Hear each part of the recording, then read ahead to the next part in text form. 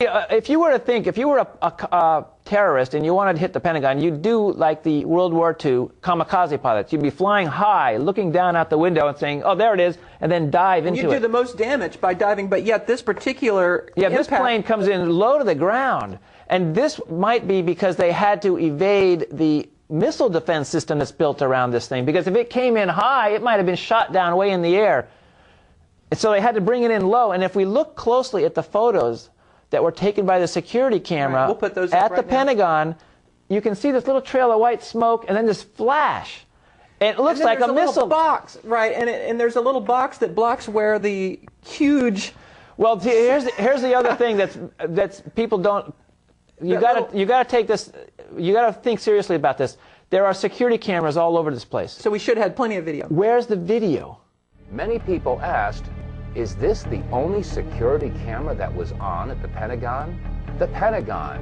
This is the nerve center for the United States military, supposedly the most secure building in the country.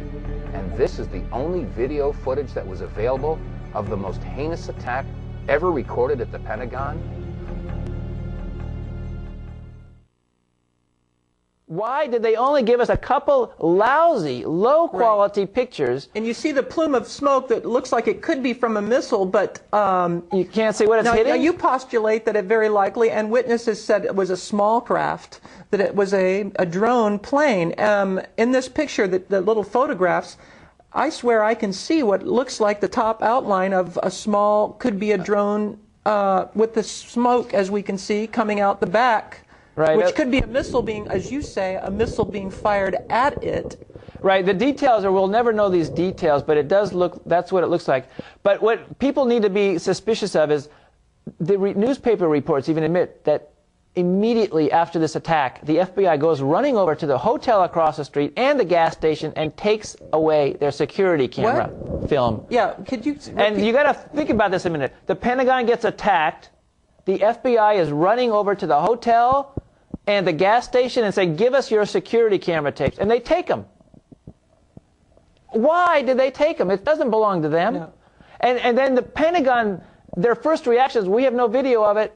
But we don't know. That was a very good vantage point. And yes, how did they know? They know. The newspaper report in my book, I have the quote in my book, what these people were doing. It says, it's shocking that people could do this. It says, hotel employees sat watching the film in shock and horror several times before the FBI confiscated the video. I mean, so the hotel employees are like, oh, did you see that? Yeah. And what does the FBI do? Rushes in there, grabs it, now, and takes it. Back to those photos again, because this is so important, and you talk about it in the video and the book. That little box that I was referring to, where you see the white plume of smoke, and then you see that little... It's like a switch box of some kind or whatever. There's some kind of a rectangular box in the way. There's no way that could be hiding a 757. No. And the military released these photos to say, here's the plane.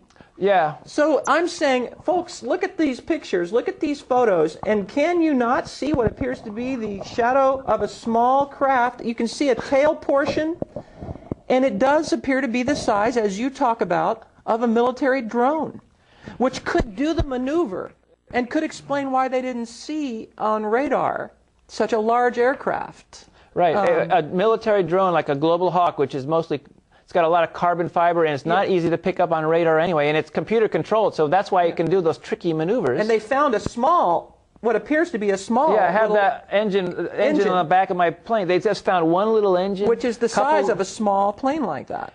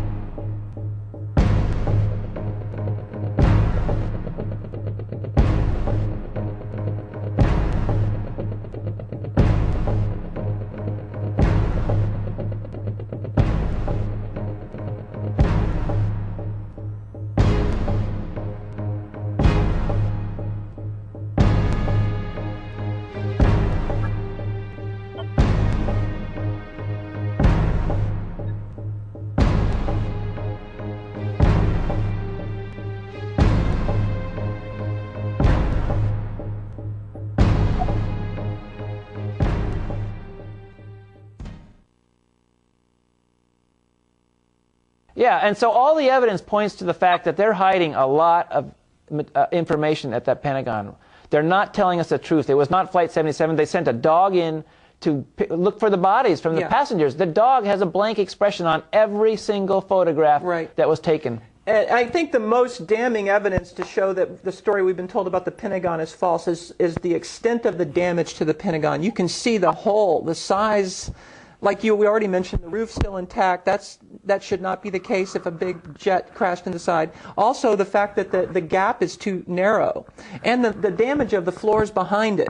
Some of those floors are still standing. You know they should all have been taken out by a large jet. Right. And then last but not least, could you talk about the area the plane hit, the coincidence of... Right. The Pentagon, they say, it's the biggest office building in the world. Like 20, 30,000 people working there. It's gigantic.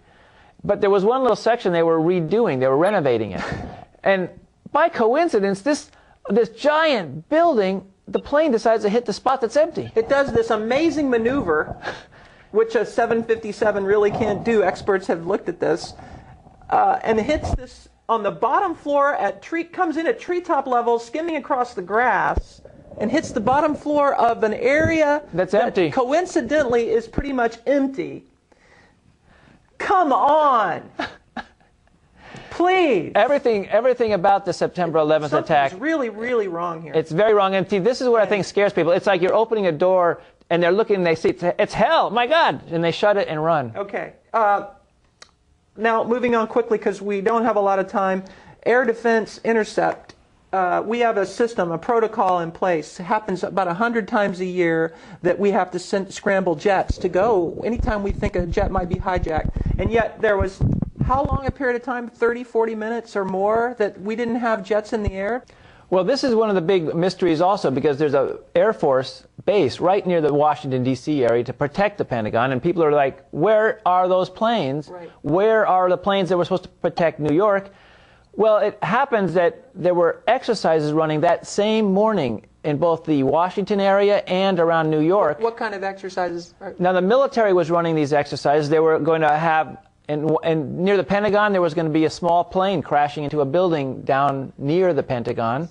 And near the New York area, there were up to maybe 5 exercises running. What kind of exercises are you talking about? Now, these are where the military is running an exercise of planes hijacked, or... A hijacking of planes exercise was planned on September that morning, 11th? on that same morning. See, here is how you can get people. They're always asking, well, why would the military go along with this? This is too much of a coincidence. Yeah. We have the thing happen on September 11th, and they had exercises that day. This is how you confuse the military, because... You say, all you need is a few people in the military to be part of this whole crime network. You don't have to have the whole military. You just have a few, and you say to them, you know, we got to test our forces. Let's assume, what if a plane gets hijacked and it runs into a building? Well, the military will say, okay, why not? So they'd scheduled maybe 5 or so of them. So you're telling me that not only did they schedule exercises on the same day for hijacking planes... The same morning. In New York. The same morning that it actually happened on, but it's also exercises included the Pentagon as well? Well, it wasn't going to hit the Pentagon. It was going to hit another building nearby. Near the Pentagon. But think about what this means to the Air Force defense system. When they first hear a report that a plane is coming to the Pentagon or Washington, D.C., they don't know where the plane is coming. They see a plane coming. You have to assume the Pentagon or the White House is in jeopardy. Yeah, but then someone says, yeah, but we're running an exercise. And see, this is a way to fool them. And there's quotes out there from some of the military commanders. When they first hear the report of a plane hijack, one of the military commanders is saying, is this part of the exercise or is this a screw-up? It throws them off for a while. And you only need a short period of time to throw them off. Right. Because then the planes have hit. Then it's too late. And see, some of the planes, they scrambled them in the wrong direction. And so these exercises, and you say to yourself, well, this is really strange. How could anyone schedule exercises like this? This also happened in the London train bombing, July 7th of 2005. You can watch this clip. You're saying there were exercises on the day of the... That morning, there is the British policeman on the BBC, I think it was the BBC television. You can watch it yourself on the internet. You don't even need the TV.